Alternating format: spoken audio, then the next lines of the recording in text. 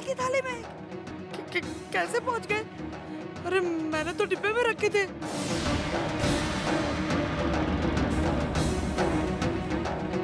ओए ओए, बहुत चालाक है ये इंदिरा भाभी।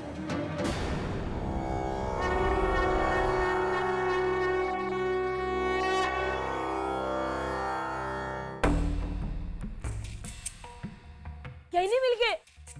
देखा, आप लोगों को विश्वास नहीं हो रहा था ना कि गहने चोरी हो गए। देखिए, अब तो मानेंगे ना। क्या मानेंगे कोकिला? चोर, वो भी तुम्हें? क्योंकि ये तो तुम्हारी थाली से ही मिले हैं।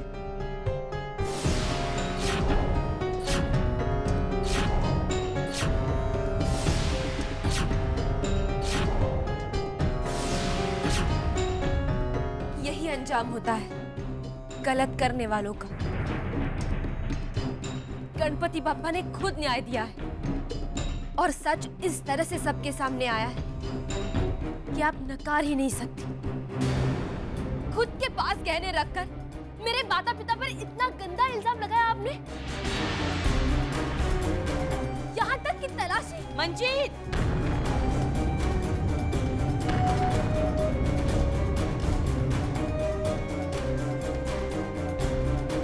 अरे बेटा, मैंने तेरे माँ बाप पर चोरी का इल्जाम सिर्फ इसलिए लगाया क्योंकि ये गहने मैंने आखिर में भाई साहब के हाथ में देखे थे। है ना भाई साहब? अच्छा, फिर ये गहने इस थाली में कैसे आए? वही तो मुझे भी नहीं पता कि ये गणपति बाप्पा,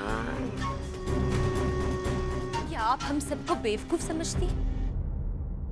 हमें पता नहीं आप कैसी हैं? बस मंजीत पुत्र, बस। शायद समदन जी बिल्कुल ठीक कह रही है। शायद इनको पता ही ना हो कि गहने इनकी थाली में थे। तो ये भी तो हो सकता है कि मैंने ही रख दिया हूं और भूल गया हूं। क्यों मंजीत की माँ? जी जी, शायद ऐसा ही हुआ हो। क्यों अपने आप पे आप गलत इल्जाम ले रहे हैं बेबे? अन्याय सहना भी बहुत बड़ा पाप होता है। पुत्र, बात बढ़ाने से क्या फायदा? अब गणपति बप्पा की मेहरबानी से गहने तो मिल ही गए हैं ना। पर बेबे, बस अब चुप कर जा, तुझे मेरी कसम।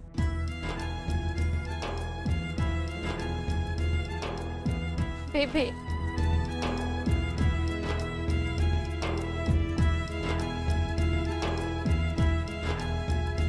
पर बेबे आज मैं बहुत खुश हूँ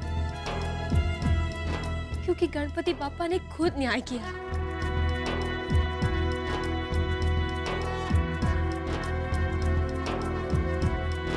कोकिला बहू,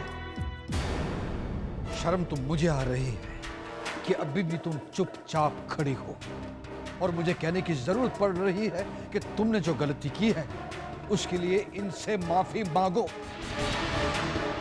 मैं माफी मांगू? बापूजी, ये आप क्या कह रहे हैं? अगर मेरे मन में पाप होता तो गणपति बाप्पा क्या मेरे गहने मुझे वापस लौटाते? नहीं ना। कहाँ? जी काका, जरूरी ये है कि दिल एक रहे और रिश्ते सच्चे। अब गणपति जी की कृपा से गहने तो मिल ही गए हैं, तो हम लोग सब हंसी खुशी विसर्जन की तैयारी क्यों ना करें? हाँ, मंजीत की माँ ठीक कह रही है। न माफी मांगने की कोई जरूरत नहीं है। हाँ पुत्र, जा तैयारी कर।